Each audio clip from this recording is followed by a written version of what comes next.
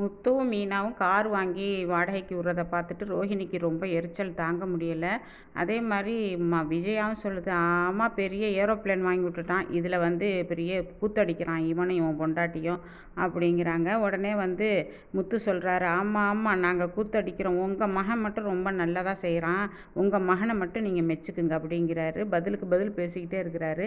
அப்போ அண்ணாமலை எப்போதும் போல சொல்கிறாரு, விஜயா நீ சும்மா இரு, எதுக்கு ஏட்டிக்கு போட்டி பேசிக்கிட்டு இருக்கிற, அவனும் நம்ம பிள்ளை தானே, முன்னேறது உனக்கு பிடிக்கலையா அப்படின்னு கேட்குறாரு.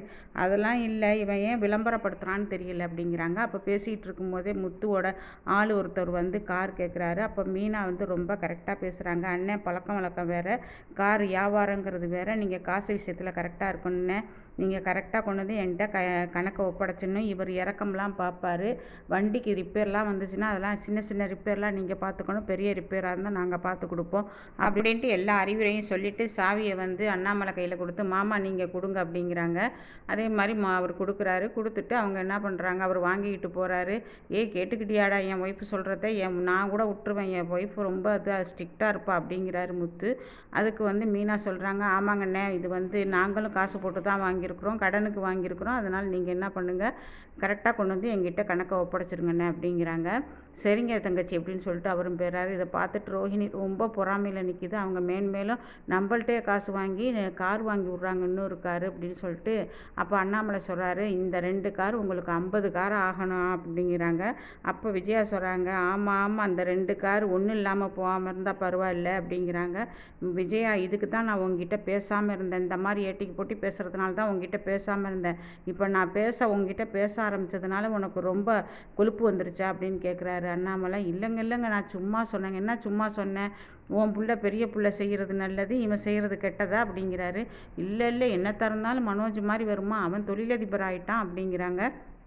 இப்படி பேசிகிட்டு இருக்கும்போது ரவி ரூம்லேயே பேசிக்கிட்டு இருக்காங்க. அப்போ ரவி வந்து சுருதியை வந்து தொட போகிறாரு. அப்போ சுருதி சொல்கிறாங்க, இனிமேல் என்கிட்ட கிட்டக்கையே வராத, நான் வந்து குழந்தையெல்லாம் பெற்றுக்க மாட்டேன் அப்படின்னு சொல்லும்போது, என்ன சொல்கிற சுருதி அப்படின்னு கேட்குறாங்க. ஆமாம் குழந்தை பெற்றுக்கிறதுலாம் ரொம்ப வலியாக இருக்கும், அதனால் எனக்கு குழந்தை பெற்றுக்கலாம் பிடிக்கல, நம்ம வந்து செலிப்ரிட்டியெல்லாம் குழந்தை பெற்றுக்கிறாங்கல்ல அந்த மாதிரி பெற்றுக்குவோம் அப்படிங்கிறாங்க. என்ன நீ சொல்கிற அப்படிங்கும்போது, ஆமாம் நான் வாடகை தாயாக தான் இருக்க போகிறேன் அப்படிங்கும்போது, அதுக்கெல்லாம் நிறையா செலவாகுமே, பரவாயில்ல நான் என்ன 5 லட்சம் 10 லட்சம் சம்பளம் வாங்கும்போது இதெல்லாம் எனக்கு ஒரு பிரச்சனையே இல்லை அப்படிங்கிறாங்க. அப்படியே சொல்லிட்டு போகும்போது ரொம்ப கவலையாக இருக்கிறாரு. இந்த சுருதி வந்து என்ன முடிவெடுக்க போகுதுன்னு தெரியல, குழந்தை பெற்றுக்க மாட்டேன்னு சொல்லிடுச்சு.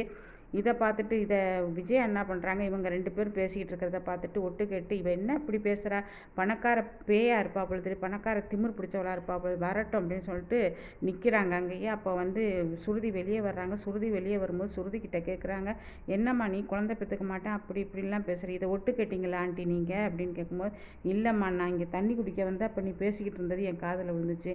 ஆமாம் ஆண்டி நான் குழந்தை பெற்றுக்க மாட்டேன், குழந்தையெல்லாம் நம்ம பெண்கள் தாம்மா பெற்றுக்கணும், ஆண்கள் ஆமாம் பெற்றுக்க முடியும் அப்படின்னு கேட்குறாங்க. எனக்கு பெற்றுக்க பிடிக்கல, நான் வந்து வாடகை தாயா யாராவது ஒரு இவங்களை கண்டுபிடிச்சி நான் வாடகை தாயாக இருந்துக்க பார்த்துக்கிறேன், அதனால் பாசம் இல்லை அப்படி இல்லைன்னா இருக்காது, என் குழந்தைய எப்படி வளர்க்கணும்னு எனக்கு தெரியணுன்னு ரொம்ப காசுக்காரி நான் பணக்காரி நம்ம ஆசைப்பட்டதுக்கு இப்படி கொண்டு வந்து வச்சுட்டால சுருதி, இந்த பாருமா சுருதி அதெல்லாம் செய்யக்கூடாது அப்படிங்கிறாங்க.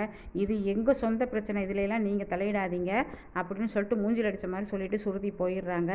இப்போ என்ன பண்ணுறாரு முத்து, என்ன பண்ணுறாரு, பெரிய உண்டியல் வாங்கிட்டு வர்றாரு. உண்டியலை வாங்கிட்டு வந்து வச்சுட்டு, அப்பா இது வந்து நான் வந்து உண்டியலில் காசு போட போகிறேன் அப்படிங்கும்போது, இந்த உண்டியலை தூக்கிட்டு தெருவா 2 பேரும் பிச்சை எடுக்க போகிறாங்க தெரியுமா அப்படிங்கிறாங்க அண்ணாமலை கிட்ட.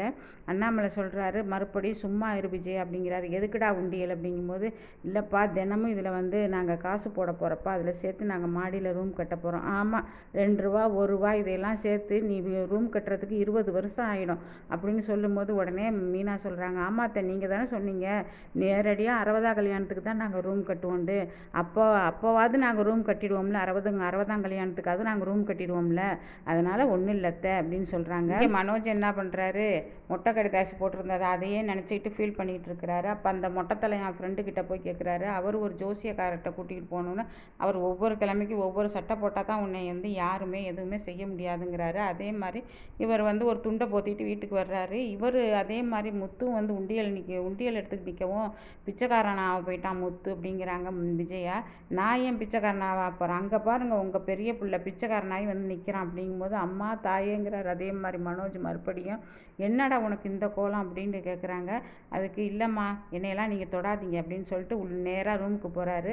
அப்போ போத்திக்கிட்டு உட்காரவும் ரோஹிணி கேட்குது, ஏன் இந்த மாதிரி போத்திக்கிட்டு உட்காந்துருக்க மனோஜ், மறுபடியும் முத்து உன்னை அடிச்சிட்டாரா அப்படின்ட்டு முத்துக்கிட்ட போகுது. நான் இந்த வந்து அவன்கிட்ட சண்டை போட்டு வரேன், அவன் ஏன் எப்போ பார்த்தாலும் ஒன்ட்டையே இது பண்ணிகிட்டு இருக்கிறான், உன் விஷயத்துலேயே தள்ளிகிட்டு இருக்கான்னு வேகமாக போகிறாங்க. முத்துக்கிட்ட போய் கேட்குறாங்க, ஏன் என் புருஷனை அடிச்சிங்க. நான் எப்போம்மா அடித்தேன் பார்லர் அம்மா, என்னம்மா நீ உனக்கு என்ன கண்ணு தெரியலையா காது சவுடா அப்படின்னு கேட்குறாரு. நீங்கள் தான் அடிச்சிங்க, அதான் போத்திக்கிட்டு உட்காந்துருக்குறது நான் காரணம் இல்லை, அந்த மொட்டை கடிதாசி காரணம். போய் உன் புருஷன்ட்ட நல்லா விபரமாக கேளு அப்படிங்கிறாரு முத்து. அதுக்கு உடனே ரோஹிணி கேட்குது, ஆண்டி என்ன இவர் சொல்கிறது உண்மையா. ஆமாம்மா எங்கேயோ போயிட்டு வந்தான், தினமும் ஒவ்வொரு கலர் சட்டை போட்டுக்க சொன்னாராம், அவனை சுற்றி எந்த ப்ராப்ளமும் வராதுன்ட்டு ஒரு ஜோசியக்காரர் சொன்னாராம், வந்து அம்மா தாயேன்னு மறுபடியும் பிச்சை எடுக்கிறாமா வீட்டில் வந்து அப்படின்னு விஜயா சொல்லுது. அங்கேருந்து வந்து ரோஹிணி கோவத்தில் வந்து போட்டு அடின்னு அடிக்குது மனோஜை போட்டு. உனக்கு என்ன பைத்தியமா, நீ இவ்வளவு படிச்சிருக்கிறீ, நீ என்ன முட்டாளா அப்படிங்கும்போது யாரையும் நான் நம்ப மாட்டேன், உன்னைய கூட நம்ப மாட்டேன் அப்படிங்கிறாரு. ஆனால் இதுக்கெல்லாம் காரணம் ஜீவா, இவங்க 2 பேரையும் பிரிக்கிறதுக்கு ஜீவா ஏற்பாடு பண்ணிட்டாங்க.